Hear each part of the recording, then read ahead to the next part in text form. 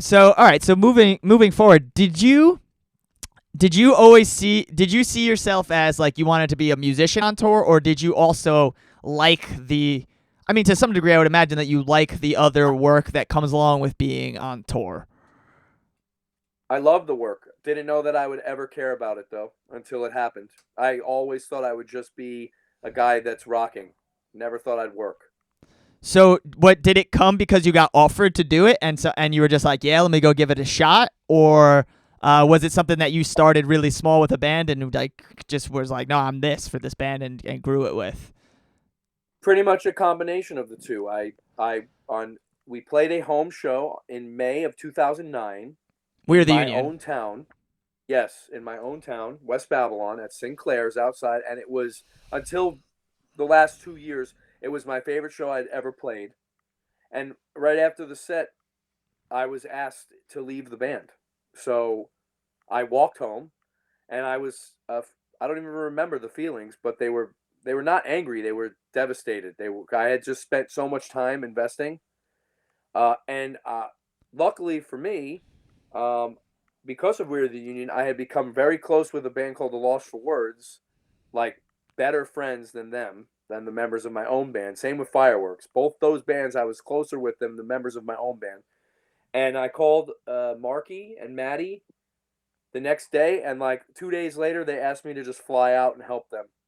They felt bad for me, so they asked me to come out, And and they so were I did. and they were at the time. I mean, A Lost for Words, obviously is a pretty well known pop punk band. But were they like just on the come up? Were they still a DIY band, or they were like doing it? They were still DIY, but they Nice. were like, "You can come out, maybe sell the T-shirts for us, help us with the driving. I know you don't want to be home. I know that you've just been on the road for 3 years straight, and you can't be." And they were right, and they took me. That's awesome. That's awesome, dude. So, and they're a Boston band. So you obviously stayed in Long Island, but then kind of just shifted up and went to Boston to work with these guys and travel. Correct. Nice. So what did you start? You started as like a merch. Just everything. There was no title. It was just like do the stuff. So like Yeah. Okay. which is what I did for many years for all the bands I worked for. It was like, let me advance the shows, let me do the merch, let me help you get your gear on stage, let me help you get your gear off stage. We didn't have any crew because there was no money. The Lost for Words had no money. When I started with the Wonder Years, they had no money.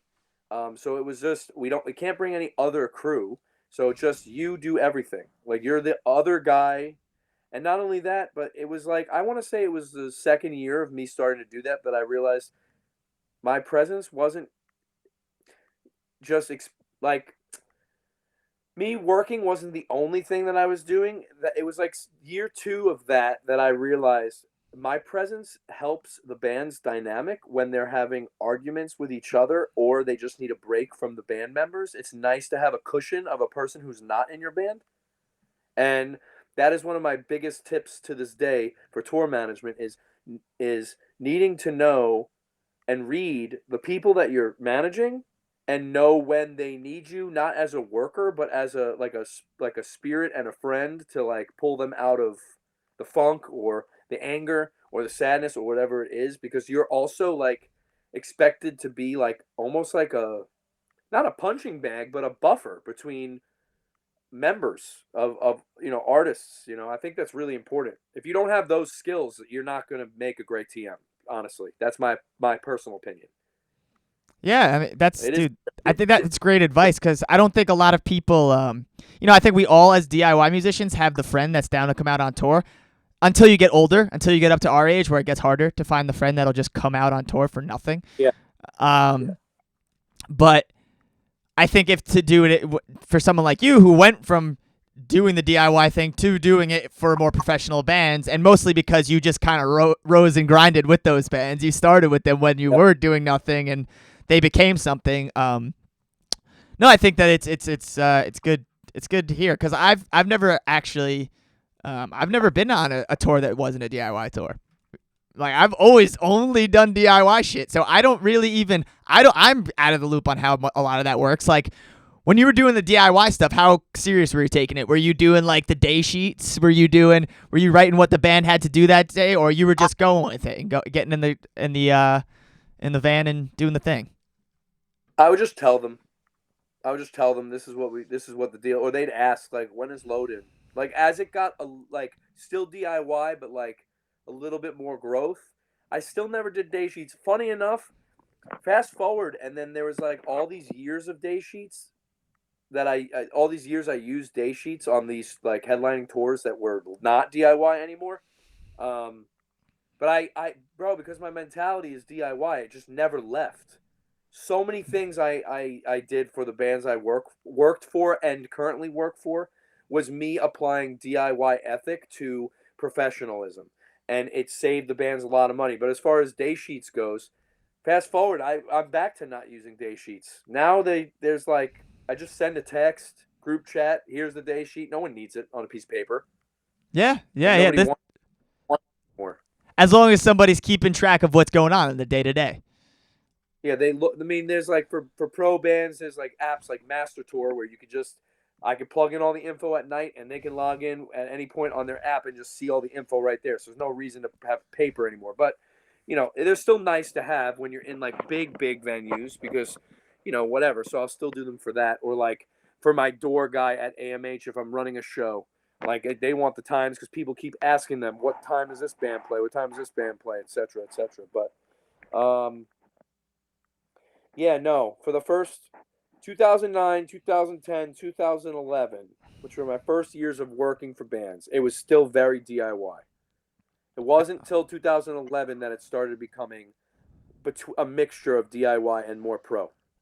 Nice. So, while we're here on this, just because I'm curious about this, just thinking about it, is I was gonna ask, how do you actually figure out what to do on the day to day for a band? Like, is it given to you, like now, maybe let's say in the more professional setting where bands have interviews during the day on tour, or you have to find out the load in. Are you given that stuff by the agent and the publicist and all of that, or is it your job to, and then you just organize it? Like, how does that work as a tour manager? I'm just curious for my own sake, but maybe other people listening. Every band and team is going to be different. There's been different times with different bands I work for where it changed. For instance, when I was with the Wonder Years in the beginning, it was before they had an agent or management or anyone. So it was just me. Like Dan would tell me, hey, can you make a note that I have a call with somebody who emailed the band directly, right? So like there's that. But if we're talking about like usually how it goes, as far as like show info, it is from me. You get the contract from the band's agent, usually directly, but then you got to reach out to the rep of the venue to get all that info, and it'll either be the promoter or their assistant or a rep, right? As far as the interview stuff, again, if it's like most times for me, it'll be like I have direct contact with their PR company. And nowadays, everything's gotten easier as years go. Nowadays, they all just use like a Google document where they just update it. So I can just check it the night before and be like, oh, we have nothing. Or, oh, we have 5 things tomorrow.